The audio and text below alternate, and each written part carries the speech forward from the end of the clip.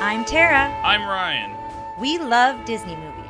So we decided to watch them all, from Snow White to Frozen 2 and beyond. Each episode will watch a different Walt Disney Animated Studios film and tell you all about it. Did we like it? Does it hold up? Who's our favorite hero? Or villain. We'll give you history and fun facts about each movie. And sometimes we'll invite our friends to watch along with us. So put on your tiara or your evil crown and join us on our adventure. This is Tara and Ryan's Princess Diaries. Hello, listeners, and welcome to a Tara and Ryan's Princess Diaries MiniTale. Today, we are starting on kind of a new journey. A little in addition to our old journeys, but just we're starting something new. We're going to start doing the Walt Disney cartoons, which will include Disney Afternoon and probably some other things. We are starting with The Adventures of the Gummi Bears. Gummy bears bouncing here and there and everywhere. What you don't know is she said she wouldn't sing, so that's very exciting. It's gonna be in my head for the rest of the night. It's a Monday. We decided this on a Saturday we would do this, and it has been in my head for 72 hours. Yes. And I keep singing the wrong words too, so I guess I need to actually learn it. I mean, I feel like with all of these, it's kind of just, you don't necessarily know them. You just know the tune. Mm-hmm. Now, what do you remember about this show? So, I don't remember much, but I do remember that I watched it. Like, I remember it being one I really liked. The gummy juice is obviously the thing I remember the most, that could make them bounce. And I feel like I probably, wanted that as a kid. But yeah, my memories are vague, but I think I came across in my notes, this was the first Saturday morning network cartoon series. So from the Disney animation. Yes, sorry. Produced by Walt Disney. Yes. So it's Michael Eisner's first week as the new head of Disney, and he invites a bunch of people over to his house on a Sunday. And they start coming up with ideas for some. Well, and I heard it was Eisner's idea. Well, I read that this specific one was one of his kids' ideas. If you listen to podcasts, right, they talk a lot about how Breck, his son, would say things, and he'd be like, "This is the future." The kid, he'd be like, "These rides are dumb. I want something scary," and that's how Alien Extraterrestrial came about. Things like that. So he apparently said something, and he went, "We should make a show about gummy bears." And apparently everyone in charge went, "Oh, okay," and thought he was kidding. And then he called the guy up and was like, "Hey, how's the Gummy Bear show coming along?" He's like, "Oh, great." And then wrote everything that day. And it was originally, they were like, I guess it's about candy. They had a bad guy was named Licorice Whip. There were the kind of like Candyland the board game. Yeah, the bad guys were the Scummy Bears. It was all this weird stuff. And they're like, it was terrible, but the best thing that came out of that was we got the copyright on the name and everything. We went, okay, now let's really figure out what this is about. That's interesting. So I have here, a lot of times on our mini tales, we don't do a deep dive. We did put our toes in the water. Not really a deep dive. A waist-high dive. A waist-high dive. Don't dive into waist-high water. I want to make that very clear. But it aired from 1985 to 1991. So it ran for 6 seasons, which equaled 7 years and 67 episodes. I think it ran on CBS for the first part. That I didn't have. And then the last season it was on ABC. Yeah, and now you can find it all on Disney+. It is all on Disney+. So what we're doing for these is we watch the first 2 episodes, and we'll go into that in a little bit after some little more history. Just to kind of, in my mind, get kind of the idea. I think our ideas from here on will go the first storyline or the first 2 episodes, whichever is... Yeah, these are pretty contained, so... Yeah. It looks like some of the bad guys show back up in other episodes. Absolutely. But yeah, different storylines. Now, it was... I do want to jump into something because this isn't actually the first one. The first one is the Wuzzles, which I'm not sure is on Disney+. But I want to talk a little bit about that because the reason it's not on Disney+ is and this was their first shot at these cartoons, was the idea of the Wuzzles is it's all these animals that are two animals mixed together. It's Rhinoki. He's a rhino and a monkey. There's Butter Bear, who's a butterfly and a bear, I think. Mm-hmm. They did it with CBS. It was a joint venture. CBS apparently didn't really like it much. I think they got a second season on ABC, but they also got sued because someone else had this extremely original idea of mixing two things together. And the way they say it in this oral history article I have, which is the oral history of the Disney afternoon lineup, which will be going back to this well for a lot of these. Yeah. Said that basically the guy could prove that he had the idea, and he's like, oh, I'll never do the idea, but I can make it into a nice lawsuit. Yeah. So that's probably why the rights are all over the place. It was on two different networks. It was a joint venture. So this was the first one that Disney made sure they owned everything because of everything with the Wuzzles. Well, and what's interesting is one of the facts I found, they don't reference the Wuzzles, and I'm curious if it's because there's battles. What I found was Gummi Bears was one of two Disney afternoon series not based on existing properties. Right. But technically it's 3 if you count the Wuzzles. Well, there's also another one I saw in here called Fluppy Dogs. Mm-hmm. There's a reason you don't know it. I don't think it made it off the ground, but they started off being very tight with their own IP, which was interesting because they said in that Eisner meeting, he was like, we have all this wonderful IP. We're not we've put all the there's a reason DTV and Disney Channel and all this stuff came out around that era, because he's like, we have all these Mickey Mouse cartoons and they're just sitting in the vault. Yeah, we might as well use them. Next to Walt's Frozen Head and Song of the South, and they're not doing anything. Yeah. We need to do something with them. And so was first his idea.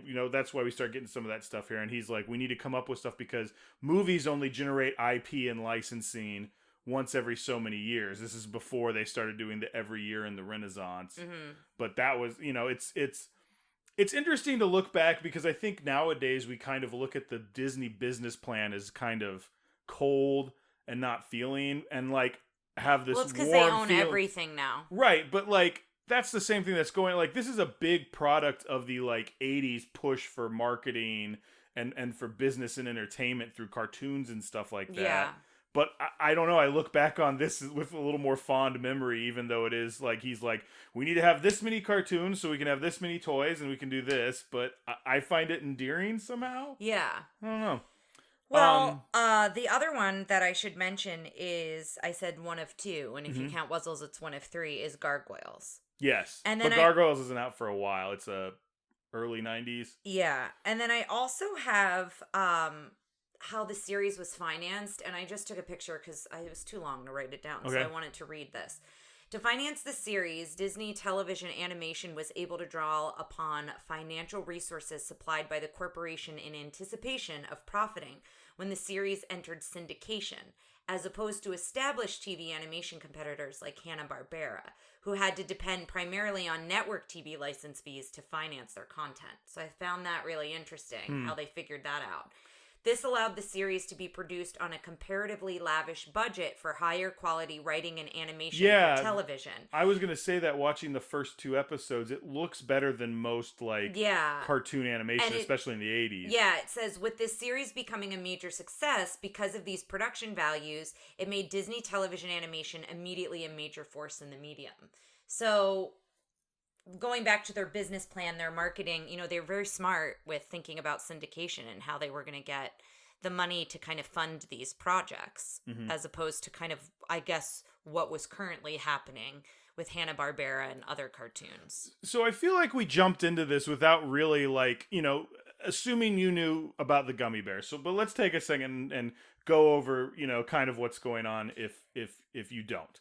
So it's this magical ancient world, kind of fairy tale land, European, Anglo-Saxon fairy tale-esque world, where gummy bears are kind of creatures that people believe are fairy tales, are myths.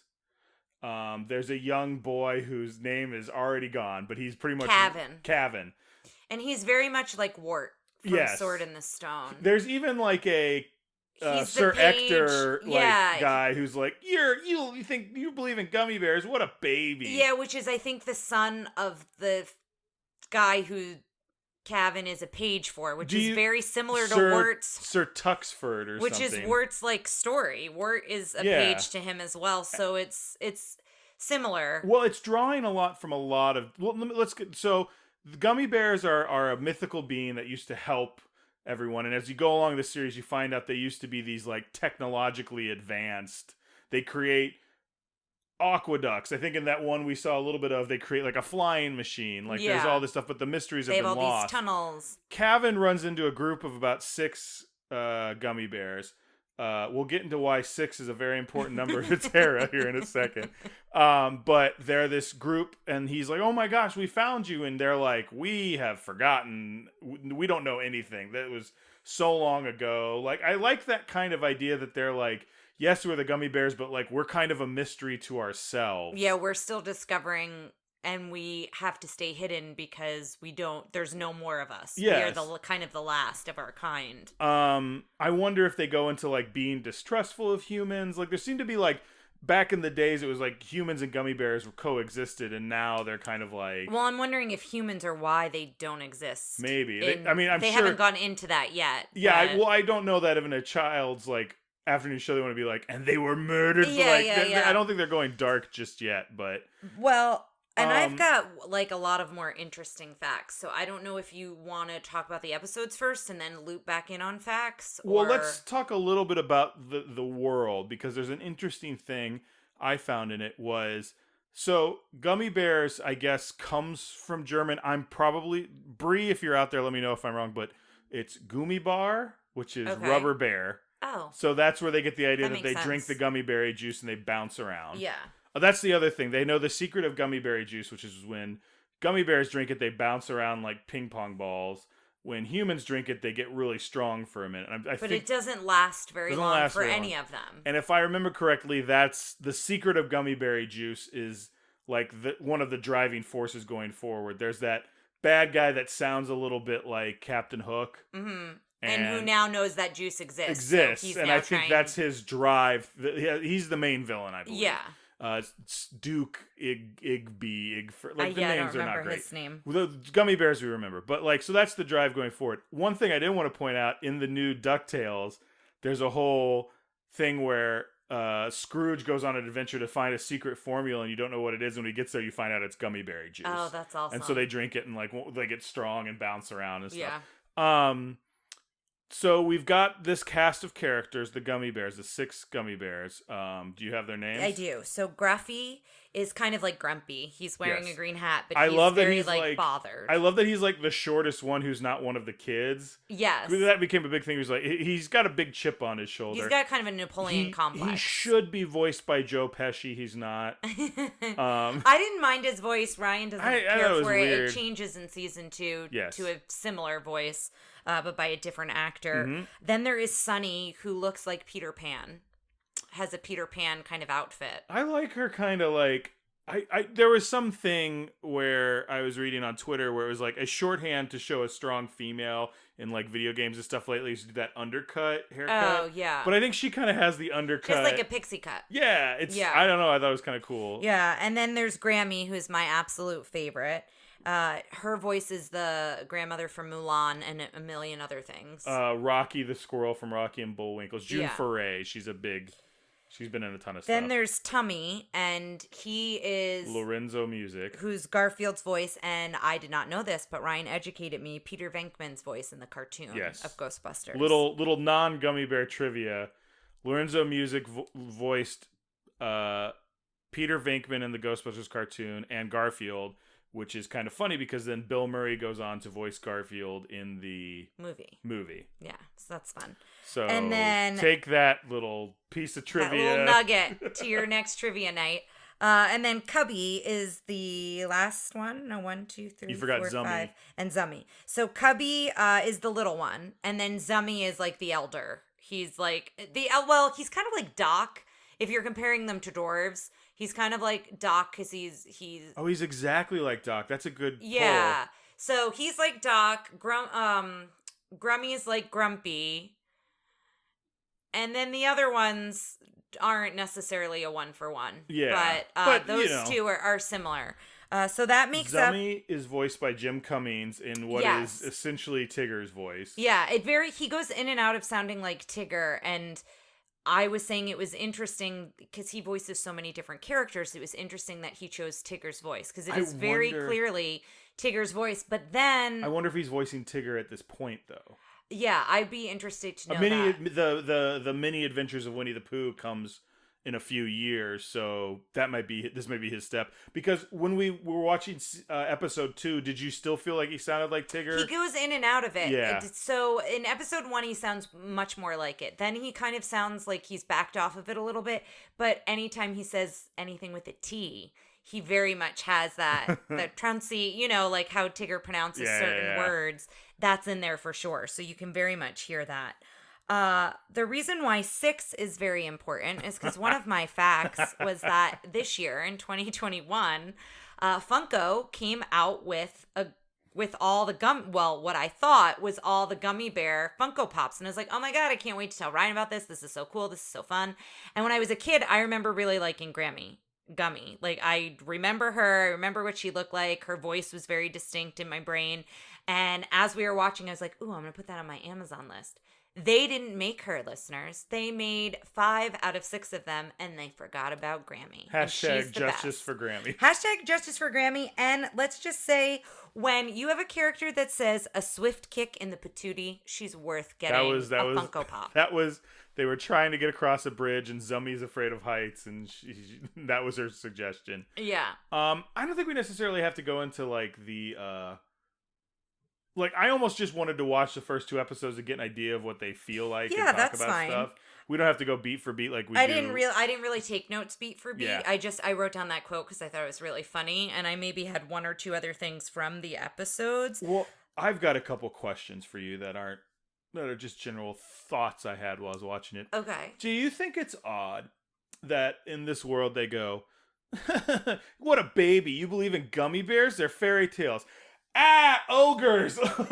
Yeah. I never understood. Well, I guess because they've seen ogres, so they're not a mythical creature, whereas nobody has seen the gummy bears. So I guess that kind of explains it just that. Seems like the whole idea is Kevin has this medallion, and it's not really a medallion, it's a medal. A gummy bear medal. What's the difference between a medal and a medallion? A medallion, I guess I always feel like is jeweled. I don't know that that's true. I thought a medal was just you got it for bravery or winning the Olympics or something. And well, I'm still going. I might want to talk about something. Here's something else I want you to think about. So he has this medal or medallion, and it has a big G on it, and his grandfather got it. I think it plays a bigger part because he just kind of gives it to Zummi. Well, it looks like it's a key to things. Yes, well, it is. It's a key to the big book of gummy bears, which is like their history, which when they opened it, I want to do like a stupid YouTube where they open it. You're not going to get this at all. And then it cuts to Gandalf reading Balin's last words in Moria. Now, Sarah's not laughing at that at all, but there are some of you out there who are really understanding that reference and enjoying it. So a medallion, a large medal, an emblem of registration for a taxi cab. Excuse me? Any of various large ancient Greek coins, something resembling a large medal, as in an oval or circular design used as decoration, a painting or engraving set in an oval or circular frame, a circular portion of food, especially a boneless cut of meat. Oh, yeah. Well, yeah. Beef medallions. So I guess it's either or. Yeah. I guess you can say either or. But something I forgot to bring up with the style of this earlier, I just remembered. Saying German, it's German for gummy bear. So they looked into that and they went, well, this kind of feels like a Bavarian setting. Mm-hmm. So they actually took a lot of reference from Snow White and Pinocchio. So if you think about their house that they live in like I want to say it's like secret lair. It kind of is like the Lost Boys. That's what I was going to say. Only much nicer. Yeah, well, and also much more intricate because they have all the tunnels.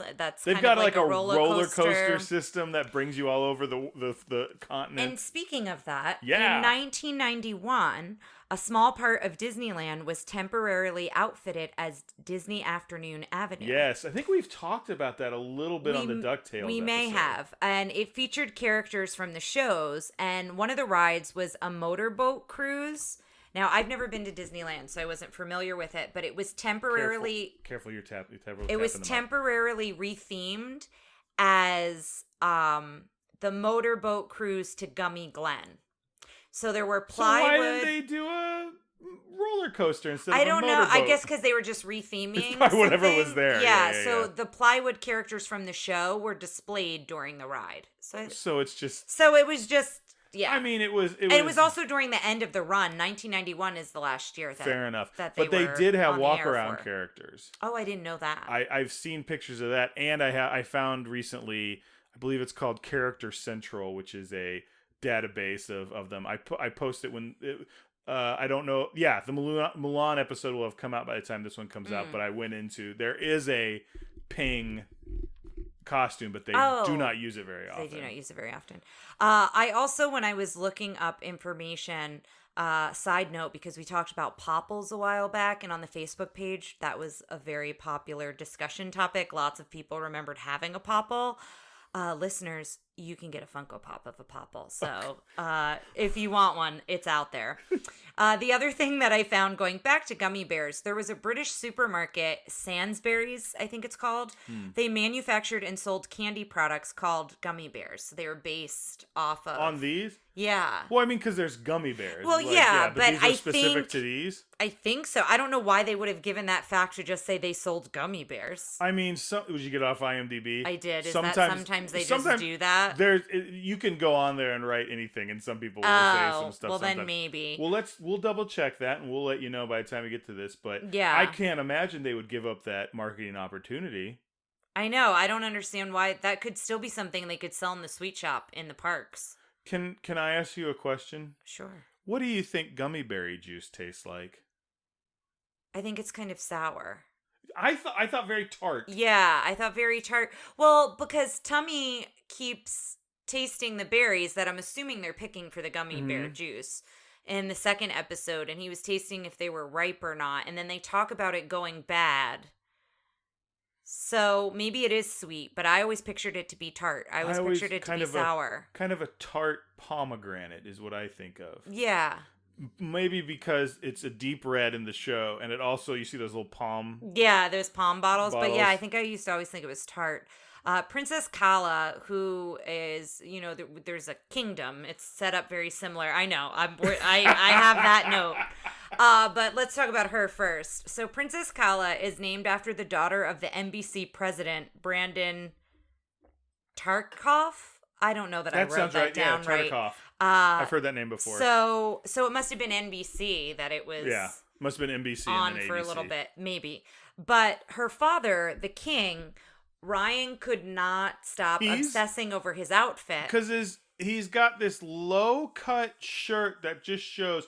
Like his nipples are just slightly covered. Yeah, it's like where your nipples are would be. That's where if the it line. was a that's woman where the wearing line this, it would be very inappropriate for children's television. Yes, yeah, the line kind of goes across where your nipples would be. It just doesn't go over as far to show them. And then he's got that black and white fur, which is his cape. And so it's essentially. So I don't know if it's a noticeable. cape. Or what would you call that? It's a cape. Is that a cape? A cloak? A cloak, maybe. Yeah.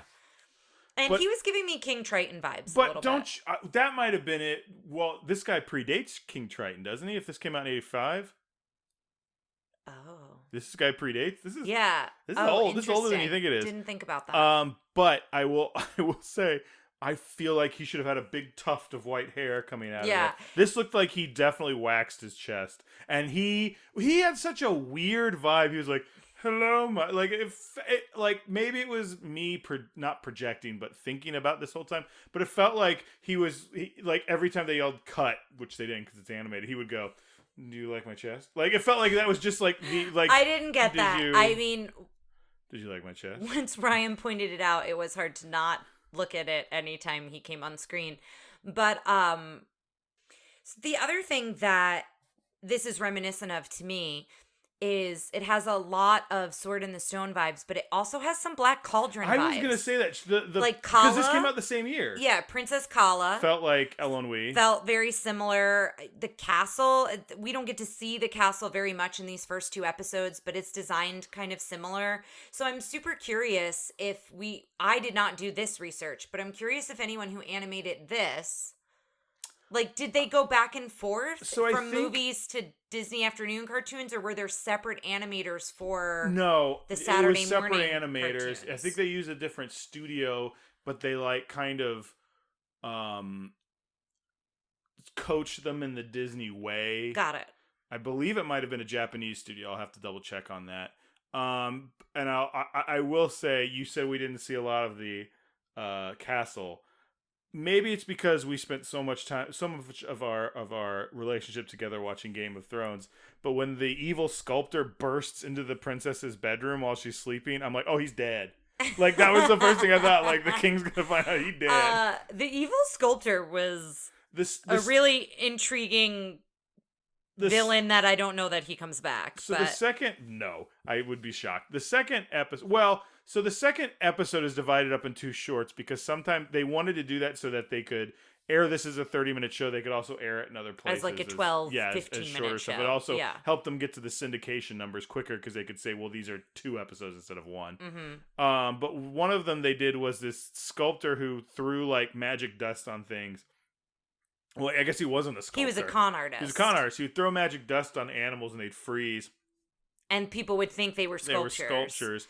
He puts a rabbit away, and you see Donald and Mickey, their silhouettes that you see them like he's gotten them, which I would have loved for like at the end when they free them all and he's getting attacked. They don't. Donald came out and did his little. I don't know how to do like his fight thing he does that would have no bearing in an actual fight. Yeah. But anyway, and he was like this. He was a very strange character. He was.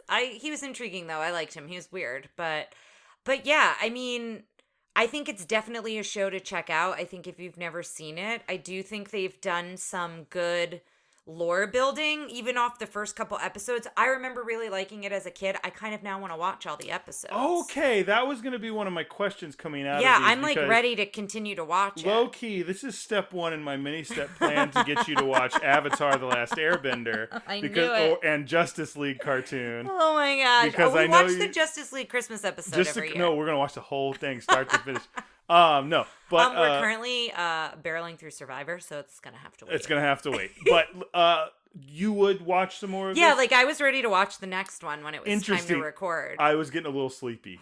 Interesting. I feel like that rarely happens with us. It's usually the reverse. Yeah. I was kind of like, eh. Now, I will say there's some animated cartoons I'm really into. I just feel like Gummi really speaks to me, and I just want to know more about her. I do think this one was better than some other stuff I've recently like gone back nostalgia wise. I went back because the Ewok cartoon is on Disney Plus, and someday we'll do that.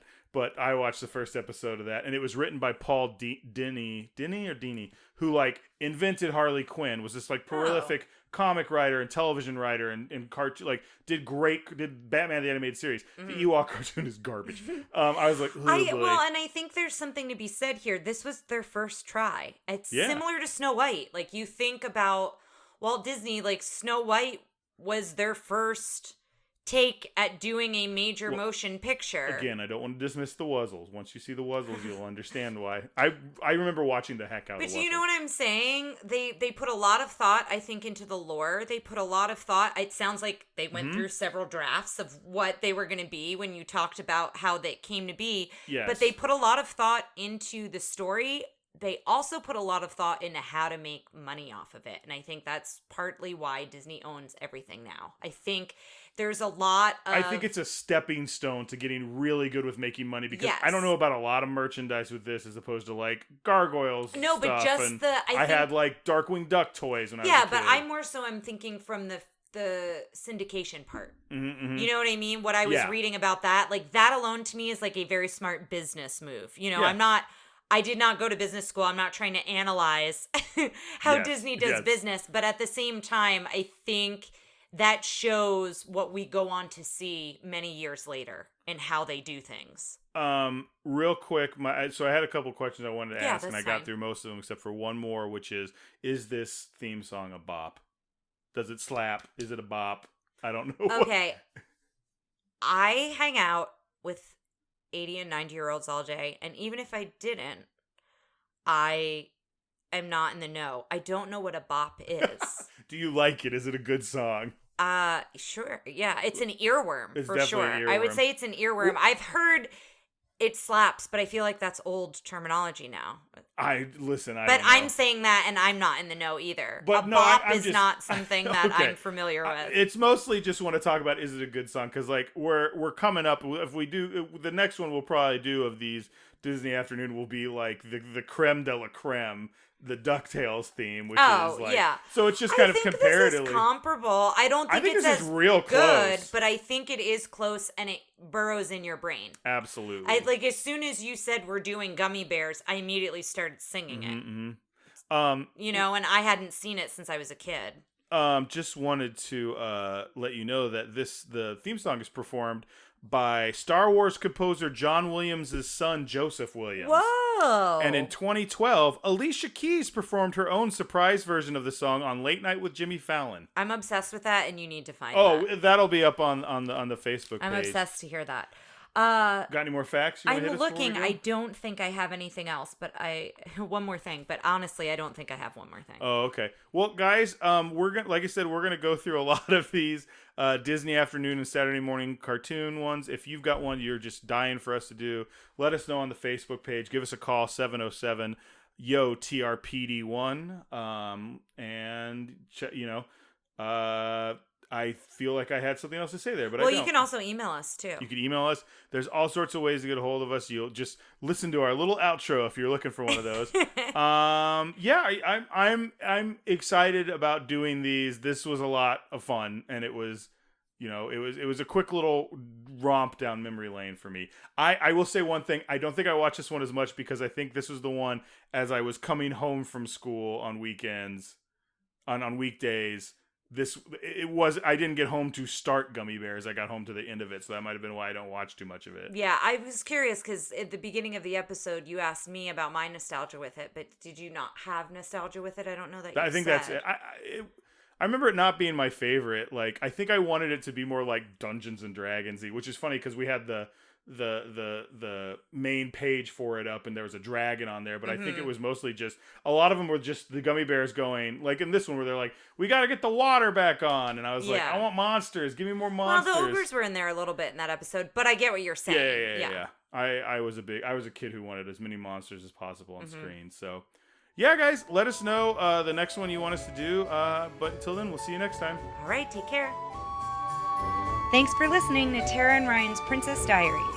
If you want to tell us your favorite Disney villain and why it's guest on, send us an email at trprincessdiaries@gmail.com. Or you can send a tweet about how great Maleficent is to @TRPDiaries. Check out our Facebook group by searching for Tara and Ryan's Princess Diaries. Tara and Ryan's Princess Diaries are available on iTunes, Stitcher, Spotify, Overcast, and many more. Wherever you hear us, please be our knight in shining armor and give us a 5-star review. Thanks again, and until next time, remember to always live happily ever after.